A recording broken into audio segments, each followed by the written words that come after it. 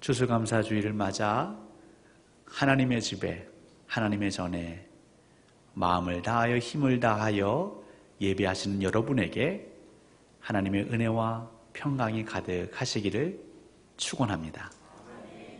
저희가 하나님 없이 어떻게 살 수 있을까요? 하나님만을 사랑하시는 여러분에게 제가 시 한 편을 읽어드리겠습니다. 제이슨 리만이라는 분이 쓴 현재 시제라는 시인데요, 제 마음은 이것을 외워서 암송하길 원했으나 시가 긴 관계로 제가 읽어드리겠습니다. 여러분들은 귀를 쫑긋 세우시고 한번 잘 들어보십시오. 봄이었는데 나는 여름이기를 원했다. 따뜻한 날들 그리고 멋진 야외. 여름이었는데 나는 가을을 원했다. 울긋불긋 단풍들 그리고 서늘하고 맑은 공기. 가을이었는데 나는 겨울을 원했다. 아름다운 눈 그리고 휴일의 기쁨. 겨울이었는데 나는 봄을 원했다. 따스함 그리고 자연의 개화. 아이였는데 나는 어른이기를 원했다. 자유 그리고 존경. 20살이었는데 30살이기를 원했다. 성숙함 그리고 지적임. 중년이었는데 20살이기를 원했다. 젊음 그리고 자유로운 정신. 은퇴했는데 중년이기를 원했다. 지성을 소유 한계가 없음. 내 삶이 끝났다. 그러나 한 번도 내가 원하는 것을 가진 적이 없다. 현재 시제라는 시입니다. 제이슨 리만이라는 분만 이런 고백을 하고 있을까요? 가만히 생각해 보면 우리 사람은 지금 이 자리에서 우리는 분명 손에 쥐고 있는 게 있고 누리고 있는 게 있음에도 불구하고 거기에는 감흥도 감사도 없고 내가 가지지 못한 것 혹은 내가 갖고 싶은 것만을 바라보며 이야기하곤 합니다. 저는 이 시 구절의 마지막이 제일 마음에 와닿습니다. 내 삶이 끝났다. 그런데 나는 한 번도 가진 것이 없다. 무엇을요?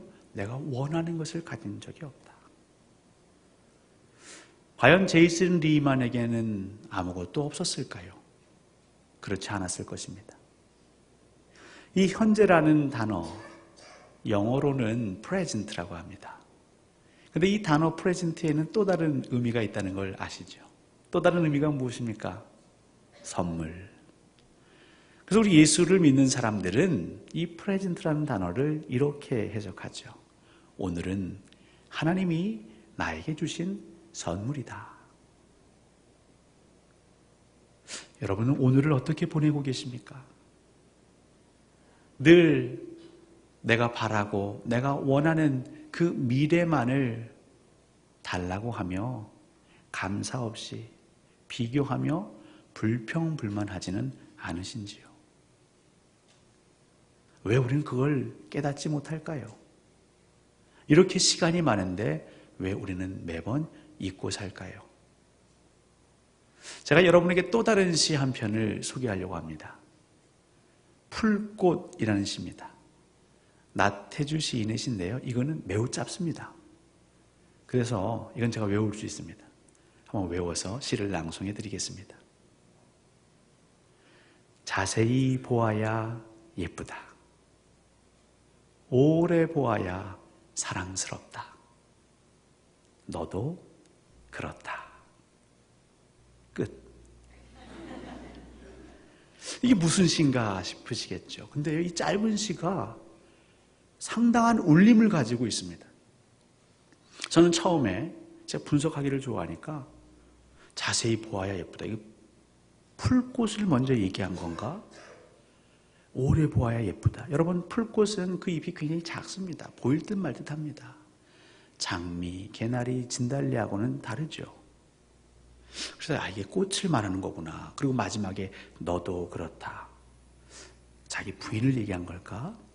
자기 자식을 얘기한 걸까? 아니면 자기 자신을 속삭이는 사람을 얘기한 걸까? 근데 시를 계속 반복해서 읽고 되뇌이다 보니까요, 그게 처음이 풀꽃이고 나중이 사람이든, 혹은 처음이 사람이고 나중이 풀꽃이든 다 말이 됩니다. 근데 그걸 계속 되뇌이다 보니까, 저는 목사 아닙니까? 여러분들은 그리스도인이죠. 여러분, 목사와 그리스도인의 공통점은 뭐냐면 우리에겐 믿음을 소유하고 있다는 겁니다. 하나님을 믿습니다. 성경을 믿습니다. 저희들은 성경적인 세계관으로 살아갑니다. 그걸 신앙관이라고 하는데, 사실 이 신은 객관적으로 우리 신앙의 눈으로 보면 오류투성입니다. 그게 풀꽃이든 그게 사람이든, 여러분, 이 풀꽃과 사람은 다 하나님의 피조물이심을 믿으십니까? 여러분, 하나님은 완전하십니다. 하나님은 전지전능하십니다. 그 하나님께서 세상을 지으신 다음에 하나님 뭐라 말씀하셨냐면 보기에 좋았더라. 그 얘기는 풀꽃은 풀꽃대로 예쁘고 사랑스러운 거죠. 하나님의 형상은 그 존재만으로도 사랑스럽고 존귀한 것입니다. 그런데 굳이 자세히 봐야 하고 오래 봐야 그제서야 이쁘고 사랑스럽다라고 말하는 것, 여러분, 하나님이 잘못된 겁니까? 그 피조물이 잘못된 겁니까? 아니면 그 피조물을 대하는 내가 잘못된 겁니까?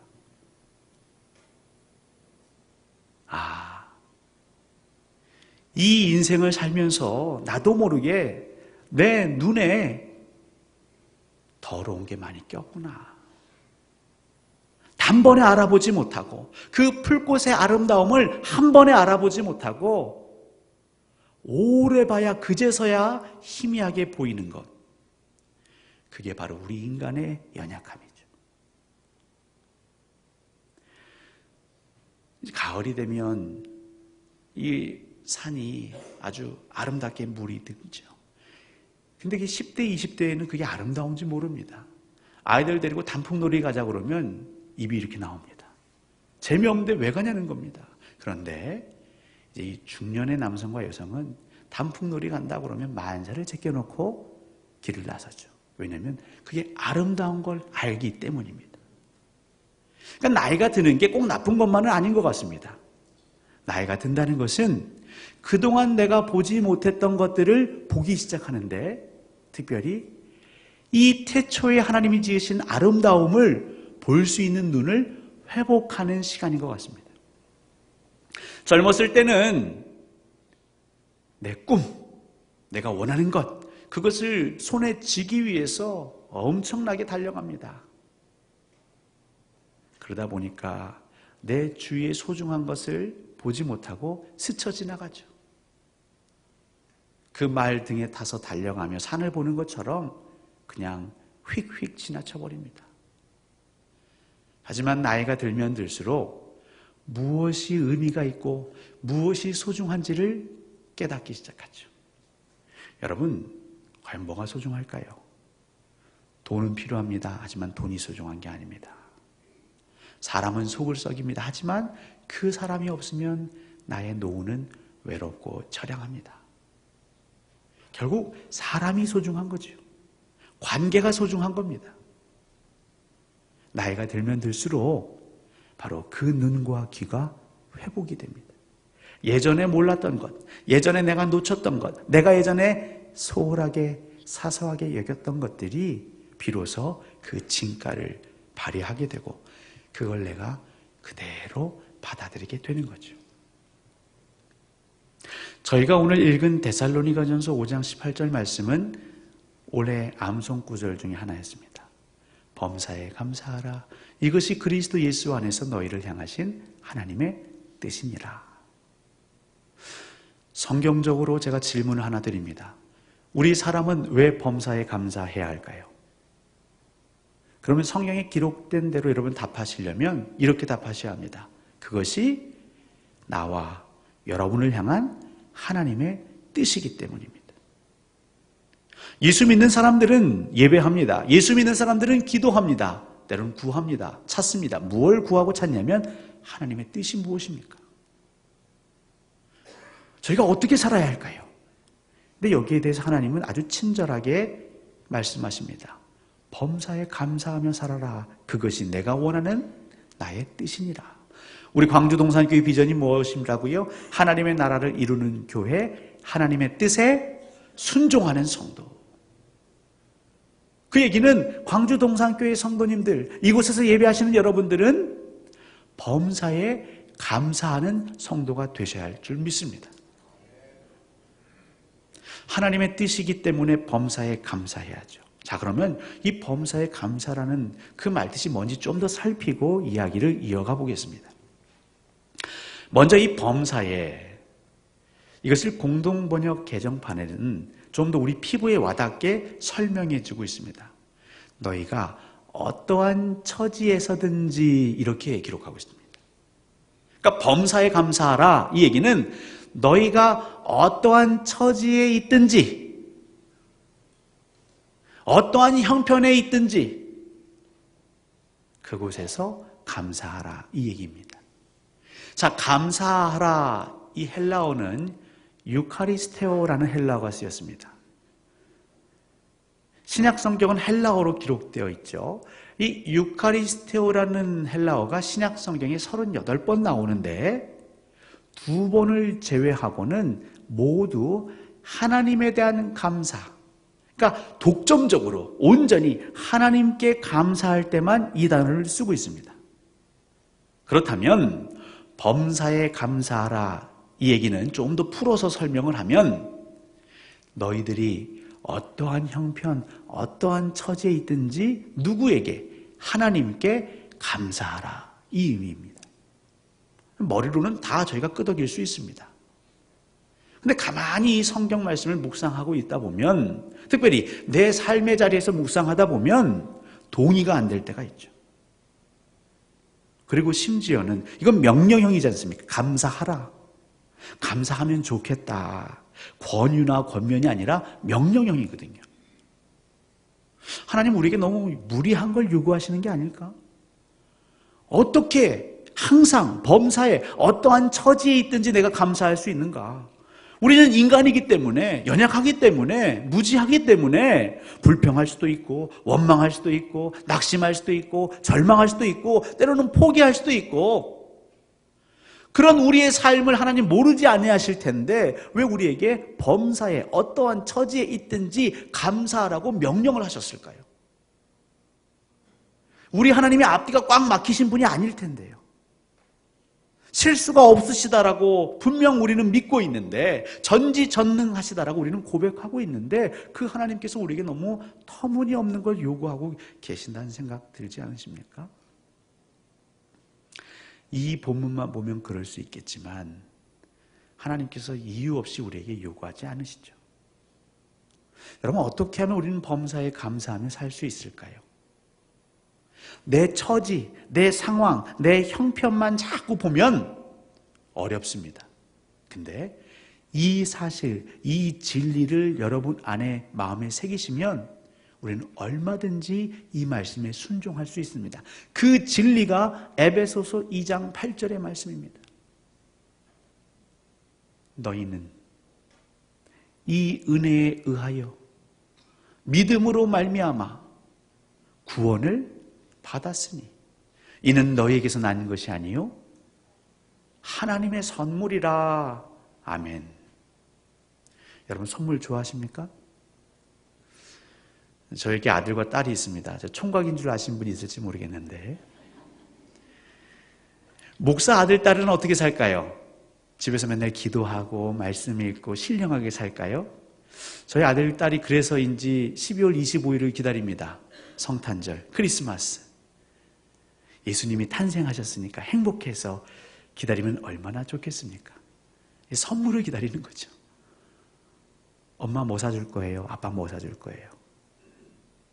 여러분, 선물은 참 우리를 기분 좋게 합니다. 누가 무엇을 줬느냐, 우리는 그 감동이 있습니다. 여러분, 에베소서 2장 8절의 말씀, 하나님 우리에게 무엇을 얘기하시냐면, 하나님이 저와 여러분에게 이미 무엇을 주셨습니까? 선물을 주셨습니다. 제가 가끔 기분파거든요. 여러분 모르셨죠? 제가 기분파예요. 사실 제가 굉장히 멋있는 사람입니다. 근데 제가 목회하다 보니까 조금 이렇게, 그래서 아이들 데리고 아무 날도 아닌데, 생일도 아니고 어린이날도 아니고 성탄절도 아닌데 가끔 나갔다가 선물을 사줄 때가 있어요. 그리고 선물 사주고 제가 후회하죠. 아, 또 사줘야 되는데. 그리고 얘기합니다. 아빠가 이거 성탄절 거 미리 사준 거야. 근데 아이들은 그때는 고기를 끄덕이는데 성탄절이 다가오면 언제 받았냐면 또 요구합니다. 전 분명히 사줬는데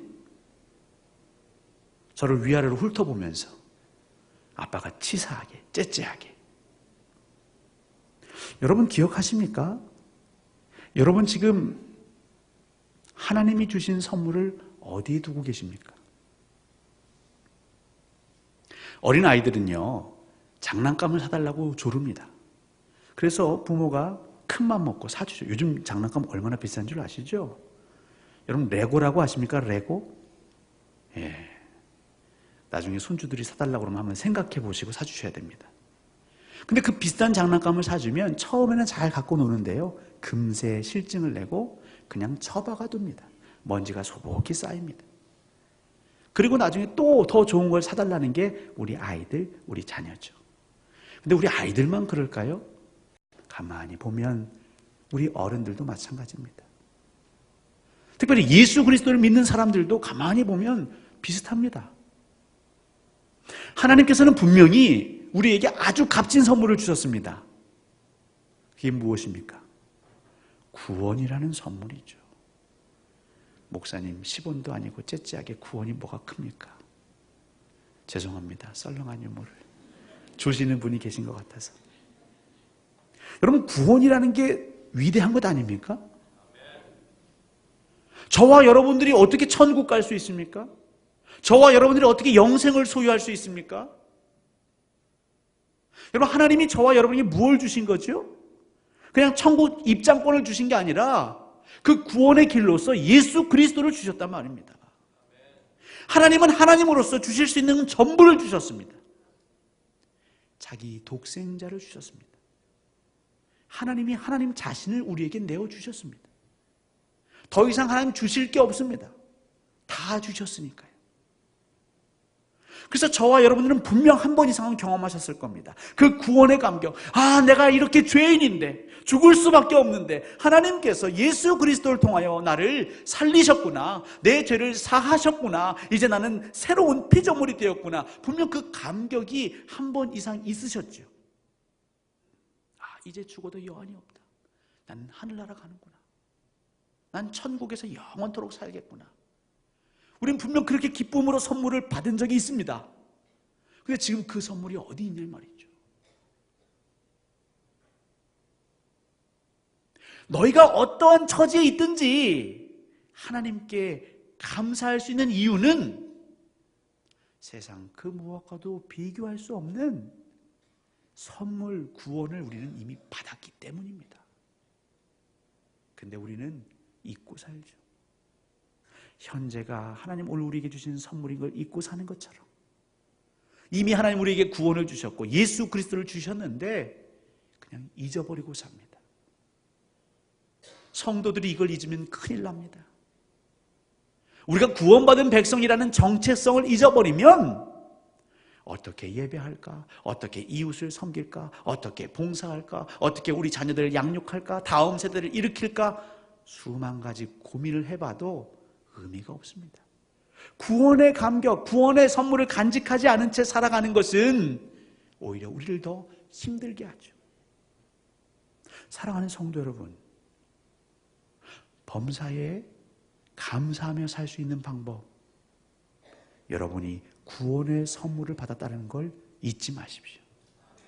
그걸 기억하는 것만이 우리가 감사할 수 있죠.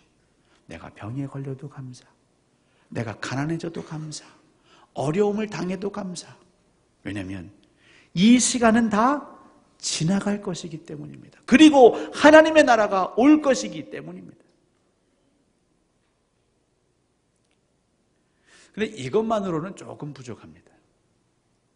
아, 내가 다시 구원을 받았지, 이 선물을 받았지라고 자각하고 다시 마음을 결심하고 되새기는 것, 이것도 중요한데 더 중요한 게 있습니다. 그건 무엇이냐면 여러분들이 범사에 감사하며 살 수 있는 방법, 이 두 번째가 어떻게 보면 더 중요하신데 그거는 바로 이 구원을 기억하는 걸 매일매일 반복하시고 훈련하시고 연습하셔야 합니다. 상담학에서는 이 사람들의 문제, 사람들의 어려움을 해결하기 위해서 다양한 연구를 시도하죠. 그 중에 아론 백이라는 학자가 사람들의 관계가 자꾸 틀어지고 대화가 안 통하는 그 원인 중에 하나를 인지 오류, 사람들이 인식하고 생각하는 그 오류에서 찾아냈습니다. 우리 인지 도식, 그러니까 인지, 말하고 듣고 생각하는 그 공식, 프로그래밍 된 나만의 틀, 그걸 인지 도식이라고 하는데 그 인지 도식 중에 자동적 사고라는 게 있습니다. 오랜만에 문자 쓰니까 여러분 경직되시는데 제가 쉽게 예를 들어 설명을 해드리면, 자, 부부가 살다 보면 여러 가지 대화를 하다가 의견 충돌이 생길 수 있고 갑자기 남편이 큰 소리로 뭐라고 합니다. 근데 아내가 그 상황 혹은 그 내용을 따지지 않고 단순히 남편이 큰 소리를 쳤기 때문에 마음이 상할 때가 있습니다. 그런 경우는 어떤 경우냐면 이 아내에게 어렸을 때든 지난 세월 중에 어떤 강렬한 사건이 있었던 거죠. 보통은 그 부모님들, 그 아버지가 어머니에게 큰 소리를 치면서 어머니를 위협했거나 힘들게 할 때 그 자녀는요, 큰 소리는 곧 위협이구나, 큰 소리는 곧 협박이구나, 이런 인지 도식이 생깁니다. 그래서 나중에 장성한 이후에도 누군가 큰 소리 내면 그 내용이 맞고 틀리고를 떠나서 그 마음이 불편한 거죠. 큰 소리 쳤다는 이유만으로. 우린 그걸 자동적 사고라고 합니다. 굉장히 많죠. 어떤 분은요, 누가 좋은 차 혹은 멋있는 옷을 입고만 와도 기분이 나빠지는 분이 있습니다. 그 사람이 나를 함부로 무례하게 대한 것도 아닌데 그냥 잘 입고 잘 산다는 이유만으로 기분 나쁜 사람이 있을 수 있어요. 만약에 어렸을 때에 누가 나를 가난하다고 부자가 나를 무시했다면 그 사건 때문에 내게는 인지도식이 생긴 거죠. 좋은 차고 타고 다니는 사람, 멋있는 옷을 입고 다니는 사람, 그 사람을 보면 그 옛날 생각이 나는 겁니다. 세상 사람들에게도 이런 잘못된 인지도식이 있는데 우린 그걸 부정적 자동적 사고라고 합니다. 인생은 힘들다. 인생은 괴롭다. 근데 우리 예수 믿는 사람들은 이 부정적인 자동적 사고를 바꿔야 합니다. 인생은 하나님의 선물이다. 인생은 하나님과 동행하면 살만하다. 인생의 길은 어려울지 모르겠지만 나는 그 인생의 길에 하나님의 선물, 그 구원이라는 선물을 간직하며 나는 살고 있다. 이 자동적 사고는요, 그냥 한 번 강의를 듣는다고 배운다고 되는 게 아니라 반복해서 일깨워져야 합니다. 그래야 잘못된 것을 수정할 수 있습니다. 여러분, 어떻게 하면 우리가 범사에 감사하며 살 수 있을까요? 저와 여러분들이 하나님의 귀한 선물, 그 구원이라는 선물을 받았다는 것을 기억해야 되는데 이걸 주일에 한 주에 한 번 듣는다고 되는 게 아니죠. 그렇다고 목사가 맨날 구원의 확신, 구원의 감격 이 설교만 하지 않지 않습니까? 여러분들이 매일매일의 삶 속에서 이걸 기억하셔야 됩니다. 제가 여러분들에게 제안합니다. 여러분 매일 아침 세수하시죠? 세수하시는 자리에 거울 있으시죠? 그 거울에다가 에베소서 2장 8절 말씀을 적어 놓으십시오. 너희는 이 은혜에 의하여 믿음으로 말미암아 구원을 받았나니 이것은 너희에게서 난 것이 아니요 하나님의 선물이라. 다시 말해서 하나님의 선물을 내가 받았구나. 나는 하나님의 전부를 받았구나. 그리고 그 밑에다가 여러분만의 고백으로 표현해 보십시오. 비록 이 세상살이 힘들지만 나에게는 하나님의 선물이 있잖아. 힘을 내. 제일 좋은 건 그것을 여러분 소리내서 여러분에게 읽어주시는 게 좋습니다. 믿음은 말씀을 들으면서 난다고 했지 않습니까? 우리 자녀들이 왜 믿음에서 떨어질까요? 세상은 이런 얘기 하지 않거든요. 세상 만만치 않아. 인생 만만치 않아. 정신 똑바로 차려야 돼. 성공해야 돼. 그렇지 않으면 나호자가 될 거야. 이런 얘기만 계속 우리 자녀들이 듣고 사니까 풀꽃을 봐도 단풍을 봐도 그게 귀한 줄 모릅니다. 내게 부모가 있고 나를 먹여주시고 입혀주셔도 감사할 줄 모릅니다. 늘 부족한 것 투성이죠. 나중에 제가 신방 가면 여러분들 화장실을 먼저 제가 가보겠습니다. 거울에 이게 적혀 있나 안 적혀 있나. 왜냐하면 이건 선택이 아니고 이걸 매일매일 반복하지 않으면 저와 여러분 안에 있는 그런 부정적인 자동적 사고를 고칠 수가 없습니다. 사람은 반복해야 합니다. 훈련해야 합니다. 연단해야 합니다. 그래야 그게 내 것이 됩니다. 어떠한 처지에서든지 하나님께 감사하기 위해서는 하나님이 내게 뭘 주셨는지를 알고 내가 뭘 소유하는지를 알아야 우린 반응할 수 있죠. 노르웨이 속담에 이런 속담이 있답니다. 감사하는 마음에는 사탄이 씨를 뿌릴 수 없다. 사탄은 어떤 씨를 뿌릴까요? 불평하는, 원망하는, 비교하는, 남들을 폄하하는 씨들을 계속 뿌려내겠죠. 좌절의 씨, 절망의 씨.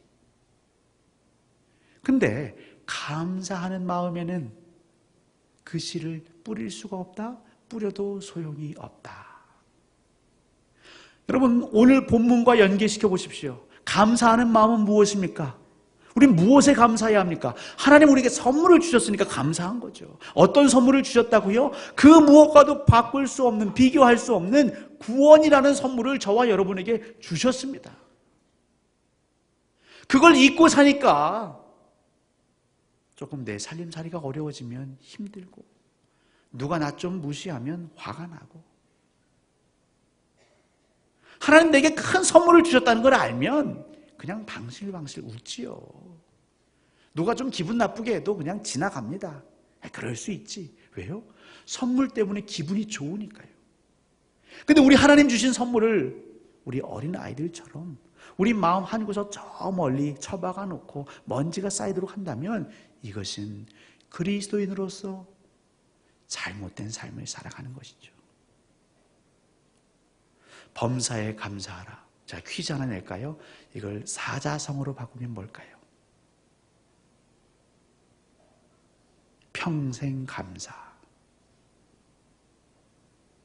사랑하는 성도 여러분, 지금까지도 감사하며 사셨겠지만 오늘부터는 정말 더 적극적으로 감사하며 사십시오.